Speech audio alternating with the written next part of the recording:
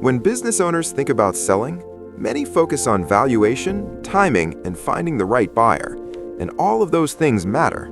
But in real transactions, one of the biggest reasons sellers lose value is not the market. It is avoidable mistakes made during the process.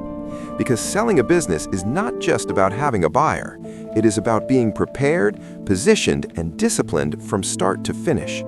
So let's talk about some of the biggest mistakes sellers make.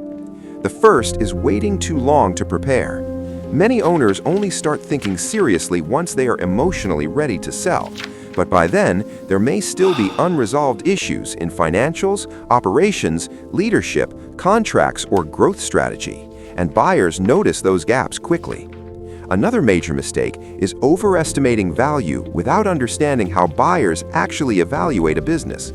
Sellers often anchor to effort, history, or personal sacrifice, but buyers focus on transferable earnings, risk, growth potential, and how dependent the business is on the owner. There is also the mistake of poor documentation. If financial statements are inconsistent, contracts are incomplete, or important information is scattered, the process becomes harder than it needs to be. That creates delay, and delay creates doubt. Some sellers also go to market too narrowly. They speak with one buyer too early, or they rely on a limited process without creating enough competition. That reduces leverage, and leverage is critical if you want strong pricing and terms. Another common mistake is focusing too much on the headline price. A deal can look attractive on paper, but still leave the seller exposed through earnouts, seller financing, working capital adjustments, or weak legal protections. Price matters, but structure matters too. Sellers also get into trouble when they become reactive during diligence. Slow responses, emotional decision-making, inconsistent answers, or lack of process control can weaken credibility late in the deal, and that is often when value starts leaking out. Then there's timing. Some sellers wait until performance softens.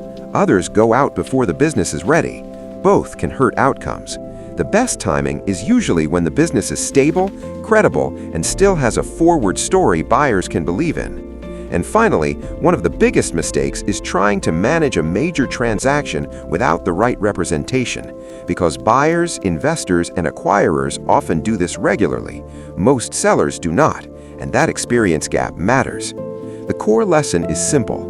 Most seller mistakes are not dramatic. They are small weaknesses that compound across preparation, process, negotiation, and structure. And when they compound, value is lost.